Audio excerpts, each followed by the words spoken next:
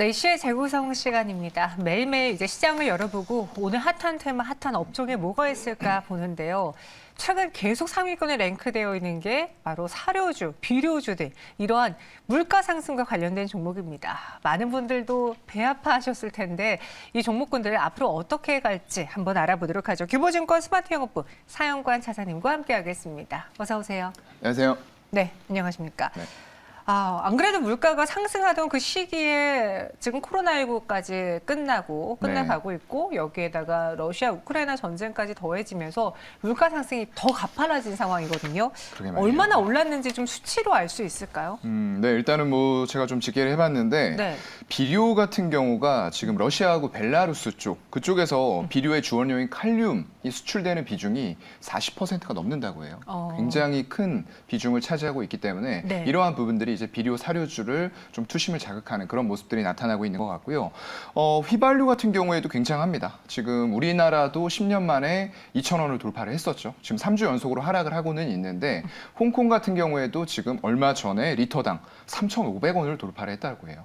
엄청나게 지금 올라버린 그런 상황이죠. 그래서 이러한 에너지라던가 비료, 사료 이런 쪽들이 굉장히 큰 폭으로 일단 올라온 그런 상태고요. 에너지 같은 경우가 지금 26%, 식품 같은 경우에도 인도에서 레몬이 5배가 올랐대요. 네. 레몬 많이 먹나 봐요, 인도에서. 네, 신 거 좋아하나 봐요, 인도 사람들. 네. 네. 그리고 밀가루도 지금 2배 급등을 했다고 합니다. 한창 때 가격이. 굉장히 이런 식품 쪽도 많이 올라가면서 전반적으로 8%가 지금 올라온 그런 상황이고요. 지금 OECD 38개 회원국인데 2월의 소비자 물가지수 평균적으로 얼마가 증가가 됐나 보니까 2월 달에 7.7%였어요. 미국 같은 경우가 지금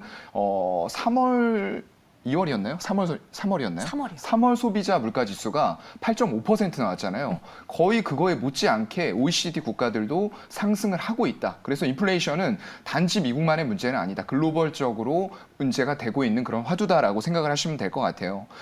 일단은 지금 터키 같은 경우가 가장 심합니다. 61%가 나왔는데 실질 증가율은 140%가 넘는 걸로 추정이 되고 있어요. 정말 심각하죠. 네, 이렇게 물가가 많이 올라버린 상황. 최근에 제가 기사 하나를 봤는데요.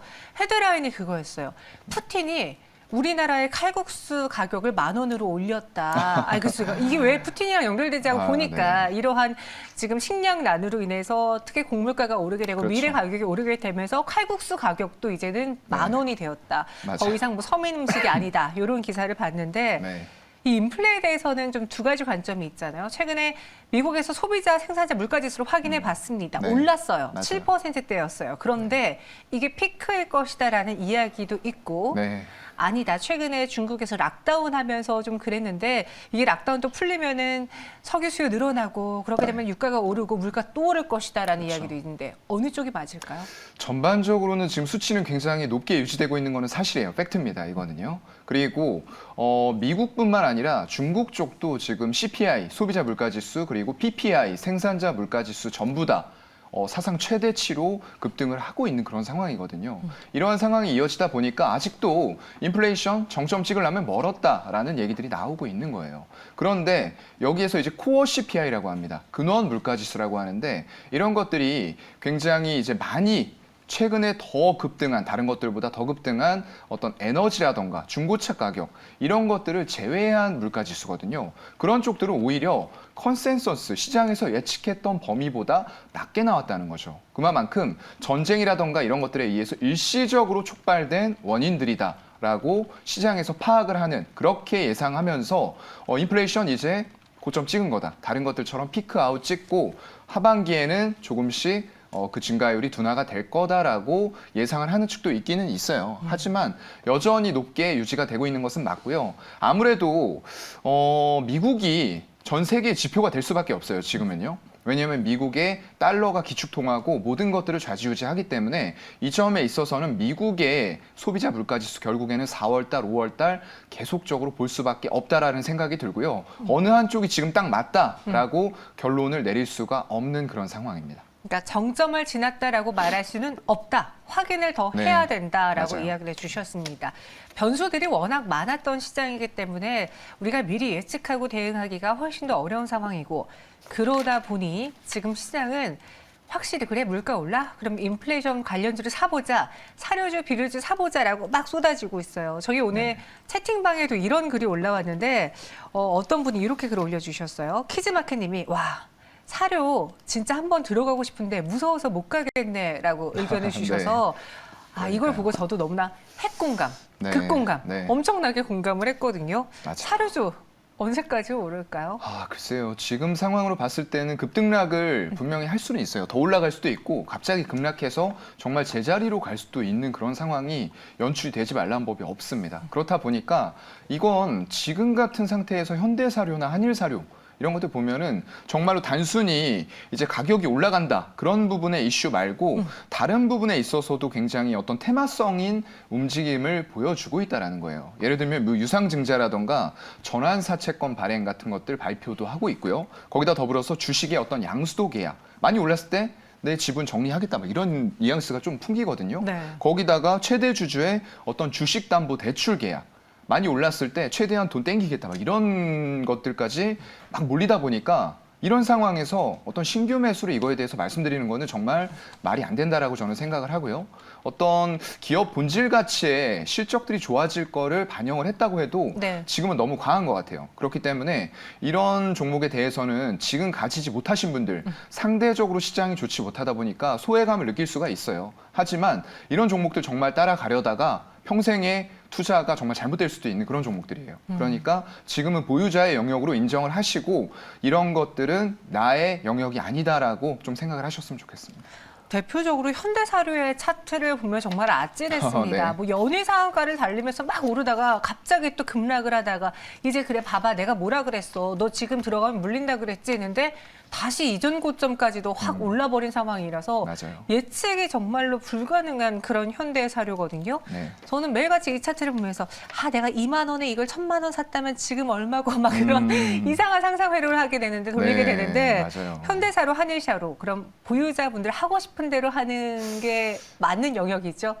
그렇다고 볼 수밖에 없고요. 이거에 네. 대해서는 저도 가지고 있지가 않기 때문에 네. 뭐라고 말씀을 드릴 수가 없고요. 다만 이제 기술적인 관점에서는 8만 원 부근에서 옆으로 더 떨어지지 않고 횡보하면서 기술적인 관점에 매수 기회는 주긴 준 것 같아요. 거기서 이제 손절을 잡고 대응하신 분들이 있을 거고요. 일단 정고점 14만 한 7천 원 부근까지 올라오면서 오늘 당일 그 부근에서 윗꼬리가 좀 달리고 있거든요. 그래서 이런 종목들 너무 많이 급등한 건 사실이에요. 거의 10,000원 한 중반대 정도부터 올라왔기 때문에 단기간에 10배 올라온 거거든요. 정말로 겁날 수밖에 없는 상황이고요. 가지고 계신 분들도 없으신 분들은 열받아서 죽을 상황입니다. 그래서 가지신 분들도 네. 적당한 선에서 안 가지신 분들을 위해서 적당한 정도의 수익률 실현을 하시고 빠져나오는 것도 괜찮은 방법이 아닐까라고 좀 생각을 해보겠습니다. 정태님이 제 뼈를 때리셨어요. 정현님 본인 그릇만큼 먹는 거죠라고 하셨는데 네. 맞아요. 사실 제가 만약에 이런 종목을 보유하고 있다면 지금까지 절대 못 들고 저도 있었을 마찬가지입니다. 겁니다. 네. 상하가 한 번, 2방이면 팔았을 거예요. 저는 한 방 맞고 바로 팝니다. 네, 현명한 방법입니다. 네. 그랬을 텐데 지금은 보유자분들의 영역으로 여러분들이 자신의 기준을 세워서 난 그래 이만큼만 수익 내고 나올래 혹은 이 정도는 내가 손실을 보더라도 한번 투자해 볼래 그냥 여러분들에게 맡겨야 되는 상황인 것 같고 네. 사료, 비료가 오르다 보니까 수산, 육계도 돌아가면서 오르는데 오늘은 또 육계주들이 크게 올랐거든요. 맞아요. 뭐 제품 가격 인상 이슈 말고도 또 볼만한 게 있을까? 이들은 아직 사료만큼은 안 올랐으니까 네. 좀 접근 가능해 보입니까?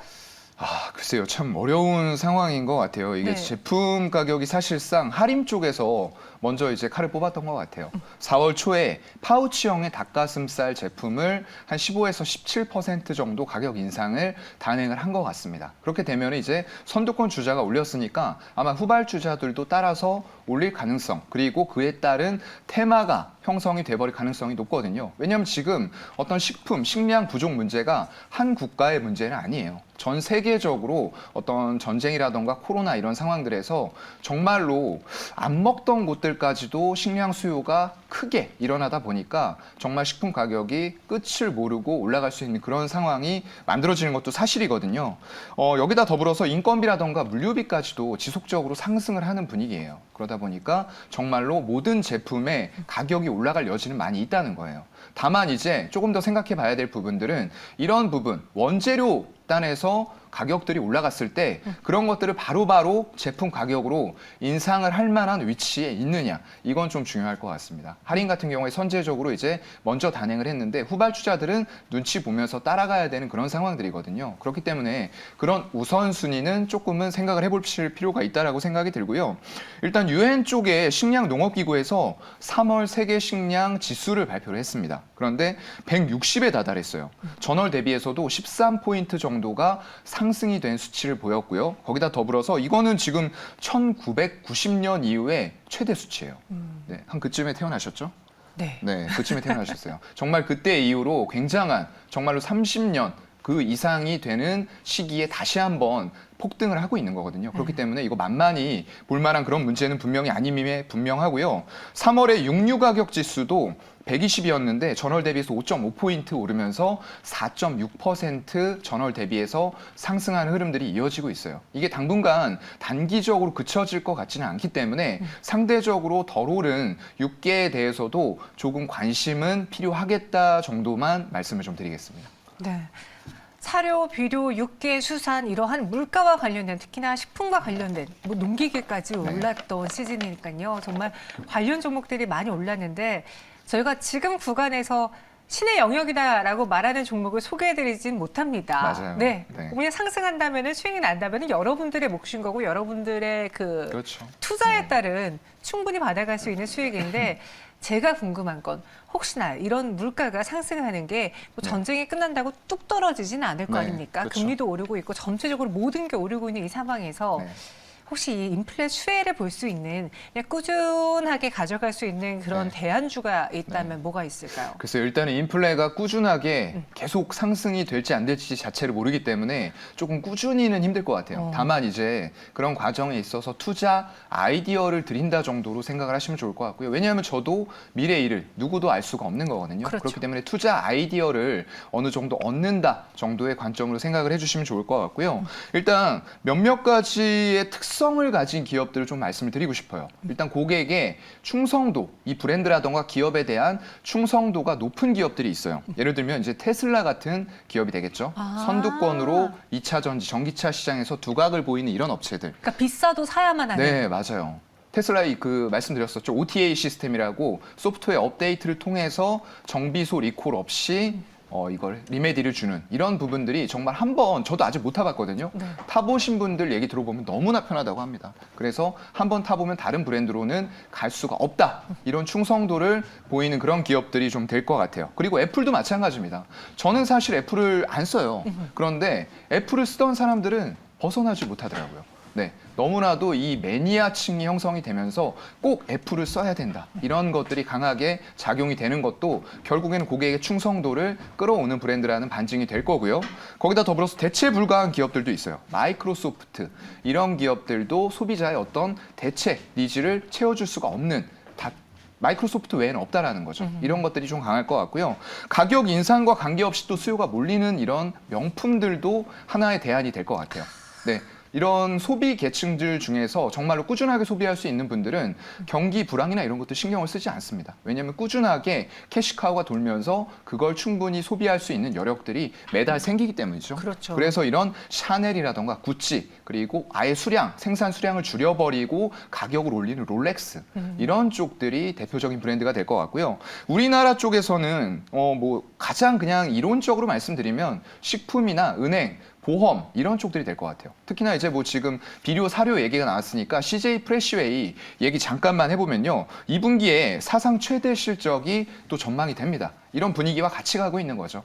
이런 원인들은 2분기부터 이제 골프의 어떤 성수기 시즌이 돌아와요. 그렇게 되면 클럽하우스 쪽에서 매출 비중이 늘어날 것 같고요. 그리고 급식 쪽의 수요도 지금 매출 비중이 늘어날 것 같습니다. 이 두 가지가 주요하게 작용을 하면서 성수기로 진입을 하고 기대했던 것보다 크게 매출들이 발생이 되면서 2분기 사상 최대 실적이 예상이 되는 그런 기업들입니다. 투자 아이디어는 이 정도에서 얻어보시면 좋을 것 같아요. 네, 단순히 그냥 식품과 관련된 종목 하나만 보는 게 아니라 네. 이 물가 상승을 어떻게든 이겨낼 수 있는 그러한 섹터를 다 나누어 주셨습니다. 한번 네. 참고해 보시기 바랄게요. 네, CJ 프레시웨이까지 이야기를 해주셨고요. 저희는 여기서 인사드리도록 할게요. 오늘 말씀 고맙습니다. 고맙습니다.